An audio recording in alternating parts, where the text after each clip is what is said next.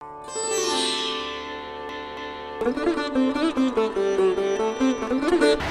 Friends, आज हम आपको मिलाने वाले हैं फेमस ध्रुव घोष जी से, जो कि ग्रैमी अवार्ड विनर है। चलिए जानते हैं इनकी लाइफ की जर्नी के बारे में और उनकी बहुत ही इंटरेस्टिंग इंस्ट्रूमेंट सारंगी के बारे में। 100 रंगों से बने हुए एक अच्छे और एक बहुत ही उम्दा इंस्ट्रूमेंट के बारे में आज हमें ध्रुव घोष सर कुछ बताएंगे। सर, आपका स्वागत है। सर, आप हमें सारंगी के बारे में कुछ बताइए। सारंगी जो है, it is the essence of all music that India has to offer. तो इसलिए इसका नाम, जैसे मैं समझता हूँ, सारंगी, जितने भी सार जो सबके सार जो है, इन कॉमन इम्प्रेशन इसको सौरंगी कहते हैं, 100 कलर्स, और सारंगी कहते हैं तो उसका एटिमोलॉजिकल जो कहते हैं, उसकी रूट जो है वो संस्कृत से रिलेटेड है कि बो, धनुष जो होता है उसके ऊपर बेस्ड जो भी इंस्ट्रूमेंट हो उसको सारंगी कहते हैं। तो ये नाम इसको लग गया है। फोक म्यूजिक में बहुत सारे इंस्ट्रूमेंट्स हैं, पंजाब, राजस्थान मेनली, लेके आप ईस्ट तक चलें तो बहुत सारे इसके रिश्तेदार हैं। गुजरातन सारंगी, कमैचा, ये राजस्थान में मिलता है। सिंधी सारंगी होती है, जोगिया सारंगी होती है, फिर सारिंदा एक साज होता है। पहले एक फोक फिडल होता था, या तो रेबेक कहते थे, जिसको जिप्सी लोग बजाते थे। क्लासिकल होते होते वायलिन बन गया, वायलिन बना, फिर उसका वायलिन का वियोला बना थोड़ा बड़े साउंड का, फिर चेलो बना जो उल्टे ऐसे बजाते हैं, उसका और डीप साउंड में डबल बेस बना। तो सारे बहुत बड़ा फैमिली है। इनफैक्ट बोर्ड इंस्ट्रूमेंट्स की फैमिली मोर देन प्लक्ड और परकशन बोर्ड इंस्ट्रूमेंट्स की ज़्यादा है। और सर, जैसे आपने बताया कि इसके कजिन्स हैं गुजरात में और राजस्थान में, सो वो ऐसे ही दिखते हैं या दिखने में या मेक में थोड़े से अलग होते हैं? The only instrument which is closely looking to this, resembling this, is Gujaratan सारंगी। नाम गुजरातन है लेकिन राजस्थानी लोग बजाते हैं इसको ऐसा। और बाकी जो साज है इससे उतना मिलता जुलता नहीं है देखने में। और बाकी जैसे रावण आता है, कभी लोकल ट्रेन में देख के लोग बजाते हैं ऐसे करके।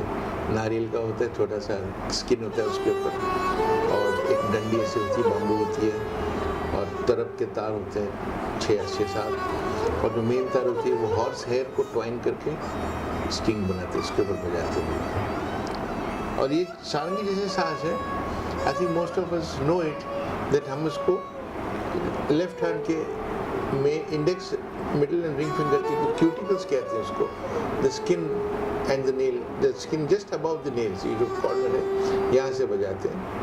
और कुछ सारंगी प्लेयर, मैं भी पहले बजाता था, पूरे स्किन के ऊपर, तो उसमें कटता है, पहले बहुत कटता है, फिर उसको हार्डन हो जाता है, फिर उसको जैसे कैलस कहते हैं, थिक स्किन होती है, डेड स्किन, हाँ डेड स्किन जैसे कहते हैं, फिर उसको उसमें बजाते हैं। वो एक स्टाइल में वो बजता है, और एक तो है कि इसके बॉर्डर से क्यूटिकल स्किन और नेल्स के बॉर्डर से बजता है, ये दूसरे स्टाइल है। तो सर, आप ये इंस्ट्रूमेंट कब से सीख रहे हैं और किन से आपने सीखा? पैदाइश तो क्लासिकल फैमिली में हुआ था। हमारे फादर पद्मभूषण पंडित निखिल घोष जो थे, बहुत बड़े तबला वादक थे। हमारे ताऊ यानी father Elder brother Pannalal Ghosh थे, जिन्होंने बांसुरी को क्लासिकल में लाया, फील्ड में लाया in the 30s and 40s of last century. तो he is known as the father of classical flute, Indian classical flute. और क्योंकि पहले उसके पहले फोक में था, साउथ में था, वेणु था, छोटे बांसुरी था, बड़े बांसुरी को पन्ना बाबू ने लाया। तो ऐसे फैमिली में जन्म लेते हुए क्या होता है कि सुबह शाम गाना बजाना सुनना, बड़े उस्तादों का आना घर पे, ऐसा गुलाम अली, बड़े गुलाम अली खान साहब, उस्ताद अमीर खान साहब, विलायत खान साहब सितार के बादशाह, पंडित रविशंकर अली, अकबर खान साहब, निखिल बैनर्जी, आमिर खान, मतलब गायक लोग जो भी कहिए, सब घर पे आते थे। हमारा घर जैसे कि बिल्कुल महफिली घर था। तो बचपन से तबला तो सिखाई, बाबा ने सिखाया हमको, फिर गाना हमको ज़्यादा सिखाया हमको। मेरे बड़े भाई पंडित नयन घोष जो बड़े प्रख्यात सितार तबला वादक हैं, मेरी सिस्टर तुलिका घोष बड़ी अच्छी गायिका हैं। तो हम तीनों को ये प्रभाव बहुत गहरा मिला। तो as we grow up, I was going towards vocal music, singing, classical and semi-classical. I loved the sound of the sarangi. Then around time of change of voice, 12, 13, something like that. तब we are advised, बाबा ही सिखाते, he was a vocalist also, my father. तो कहते थे कि उस transition period में गले का रियाज नहीं करना चाहिए, तो बिगड़ सकता है। तो उस ट्रांजिशन पीरियड में मैं सारंगी शुरू किया था। तो बॉम्बे रेडियो के दत्ताराम पर्वतकर बोल के थे, बुजुर्ग थे, उनसे शुरुआत कराया था बाबा ने। लेकिन फादर को बड़े बड़े उस्ताद सारंगी वादकों के साथ बहुत क्लोजली उठना बैठना हुआ उनका। Being a very vast mind, उन्होंने सारंगी के बहुत सारी बातें एब्जॉर्ब कर ली। बजाते नहीं थे लेकिन ऑब्जर्वेशन में आ गया था उनका, तो वो सारी बातें हमको बतला देते। कुछ ही सालों में उस्ताद सगीरुद्दीन खान साहब कलकत्ते के थे, वो आए बम्बे में रेडियो कॉन्फ्रेंस बजाने सम्मेलन में। तो तब पिताजी ने उनको घर पे लाया कि बच्चे को कुछ बतलाइए, क्योंकि उनका जो घराना था वो दिल्ली घराना कहते हैं सारंगी। तो उन्होंने बुद्धू खान साहब जो सबसे श्रेष्ठ थे, उनके स्टाइल में मुझे कुछ बड़ी फंडामेंटल कुछ बातें सिखाएं उन्होंने, और उससे वो आज तक काम दे रहा है। मेरा नसीब वही, मैं समझते एक दिन का ही तालीम था उनसे, लेकिन जो नसीब हुआ उस टाइम एक दिन 2-4 घंटे में, वो ज़िंदगी भर का खुराक मिल गया मुझे। बाद में फादर के चले जाने के बाद फिर मैं पंडित दिनकर कह कि नहीं, जो ग्रेट वोकलिस्ट कंपोजर थे, उनके पास शुरू किया था रागों के बारे में कंटिन्यू डीपर ट्रेनिंग के लिए।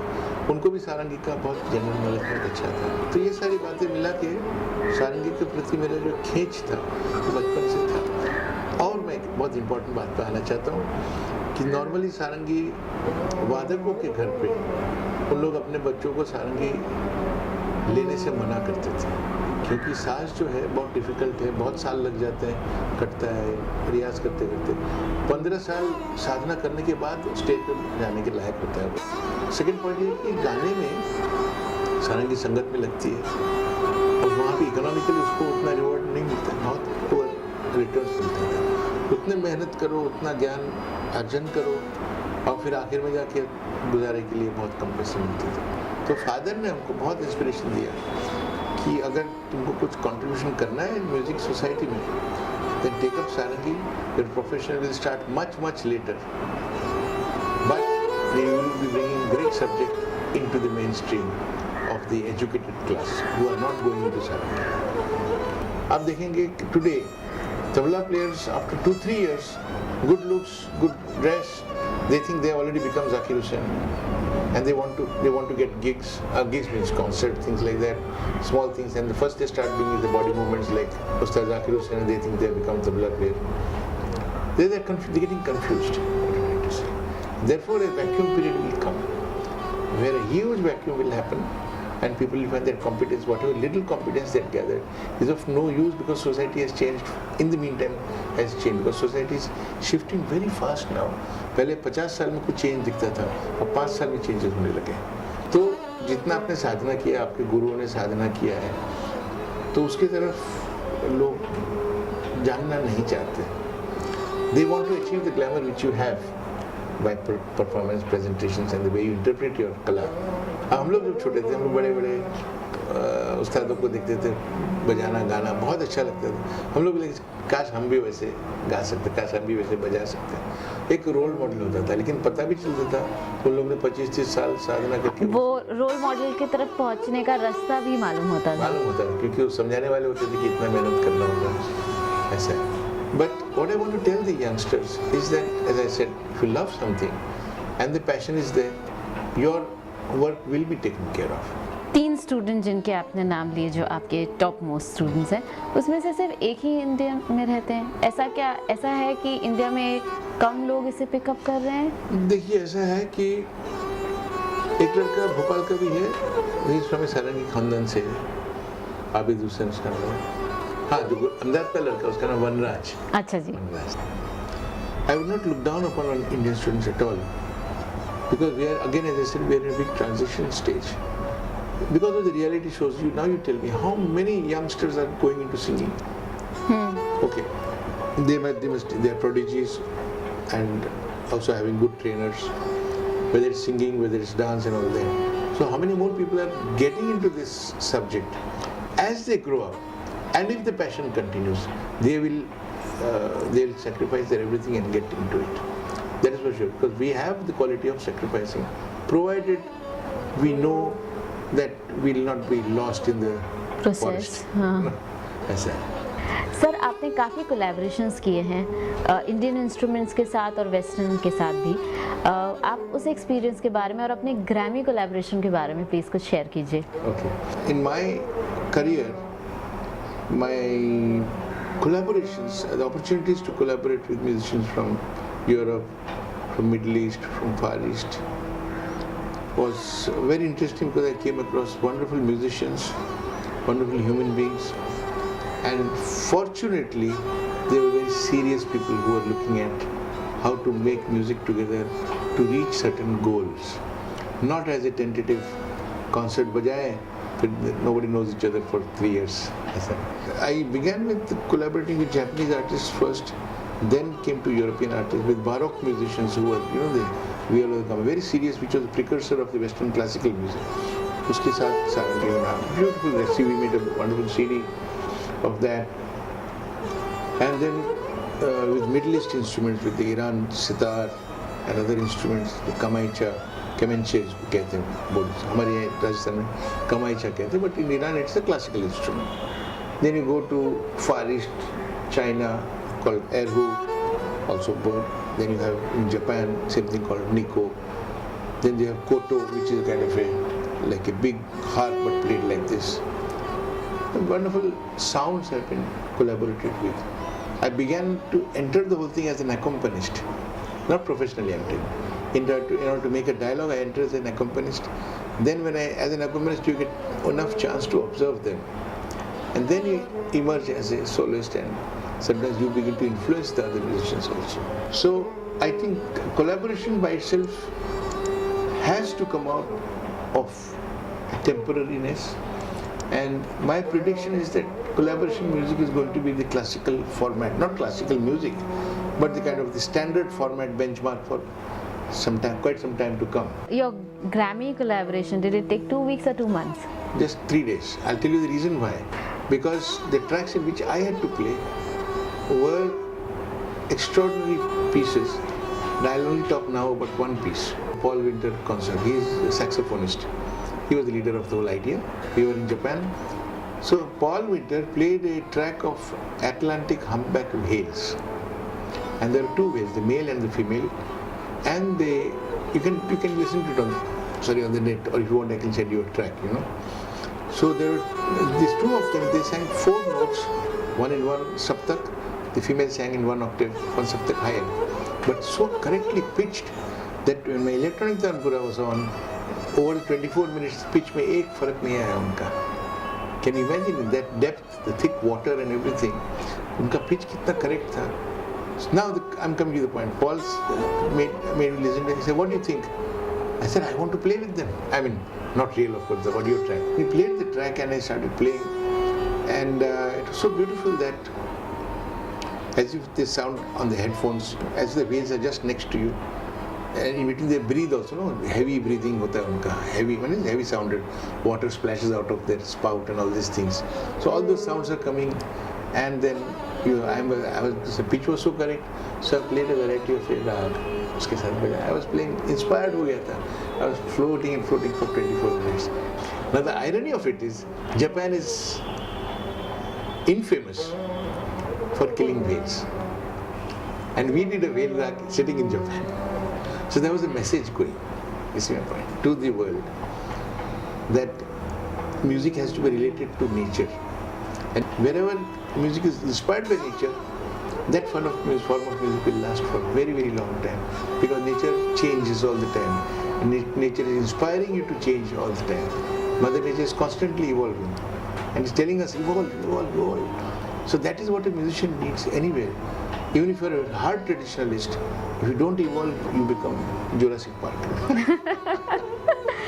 सर आपसे बात करके इतनी इंस्पिरेशन मिली है, हम आपका साज भी सुनना चाहेंगे. क्या आप हमें थोड़ा सा सुनाएंगे? Such a joyful.